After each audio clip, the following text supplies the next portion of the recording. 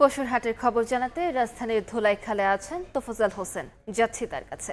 তোফাজ্জল, রাজধানীর ধোলাইখালের যে গরুর হাটটি রয়েছে সেই হাটে প্রায় ক্রেতা শূন্য অবস্থা রয়েছে, কিন্তু শত শত গরু নিয়ে অপেক্ষা আছেন এখনো ব্যাপারীরা। এবং যারা ইজারাদার রয়েছেন তারা বলছেন যে কোনো ব্যাপারী যদি চলে যেতে চান গরু নিয়ে বিক্রি না করেই, তাহলে তারা যেতে পারবেন। কিন্তু বিকাল থেকে তারা অপেক্ষা করার জন্য অনুরোধ করলেও এখন তারা সেই অনুরোধ আর করছেন না। এবং আমরা দেখতে পেয়েছি যে শত শত গরু নিয়ে ট্রাকে করে ব্যাপারীরা চলে যাচ্ছেন, কারণ এই গরুগুলো বিক্রি হয়নি। এবং কেউ কেউ এখনও শেষ মুহূর্তে বিক্রির অপেক্ষায় আছেন এবং তারা গরু নিয়ে অবস্থান করছেন রাজধানী ধোলাইখালের যে হাটটি রয়েছে সেই হাটে। এবং আমরা দেখতে পেয়েছি যে এখানে মূল্য অনেক বেশি হ্রাস পেয়েছে, এবং আমরা দেখেছি যে গতকালকের তুলনায় 1,00,000 টাকা বা তারও বেশি মূল্য হ্রাস পেয়েছে, যে কারণে ব্যাপারীরা হতাশ হয়েছেন এবং অনেকেই ক্ষতি মেনে নিয়ে গরু বিক্রি করে দিয়ে চলে গিয়েছেন। এবং অনেকেই বলছেন যে তারা যে পুঁজি তাদের ছিল সেই পুঁজি হারিয়েছেন।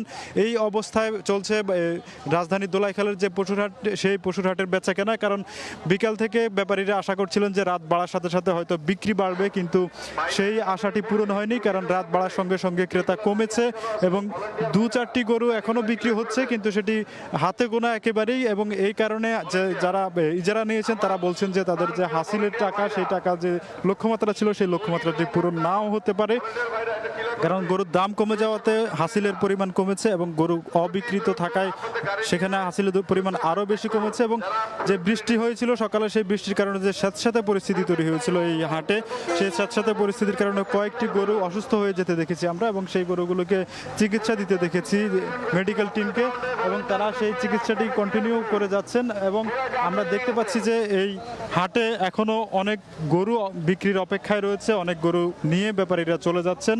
বিশেষ করে যে গরুগুলো বিক্রি হচ্ছে সেই গরুগুলোর মধ্যে মাঝারি আকারের গরু এবং 1.5 থেকে 2 লাখ বা সর্বোচ্চ 3 লাখ টাকার যে গরুগুলো, সেই গরুগুলো বেশি বিক্রি হচ্ছে।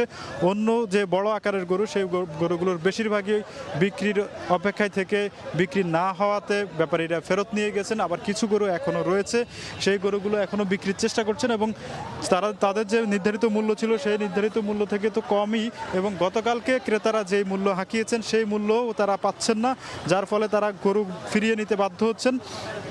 একই সঙ্গে যে এবারের কোরবানিতে আমরা জানি যে সরকার থেকে যে প্রাক্কলন করা হয়েছিল যে এবারের কোরবানিতে মজুদ আছে 1,23,00,000-এর কিছু বেশি গরু, এবং এই বছর গরুর চাহিদা প্রাক্কলন করা হয়েছিল 1,01,00,000-এর চেয়ে কিছু বেশি গরু, অর্থাৎ 22 লাখের মতো গরু বা 22 লাখের থেকে কিছু বেশি গরু এবার অবিকৃত থাকবে। এটা সরকার থেকে আগেই প্রাক্কলন করা হয়েছিল। সেই প্রাক্কলনের হিসাব অনুযায়ী যতটুকু গরু অবিকৃত থাকার কথা তার থেকে বেশি বিক্রির অপেক্ষায় থেকে বিক্রি করতে পারেনি ব্যাপারীরা, যার কারণে তারা অনেকেই এখন চলে যাচ্ছেন হাট ছেড়ে।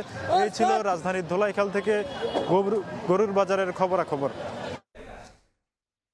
সরাসরি যুক্ত ছিলাম ধোলাইখাল পশুর হাটে।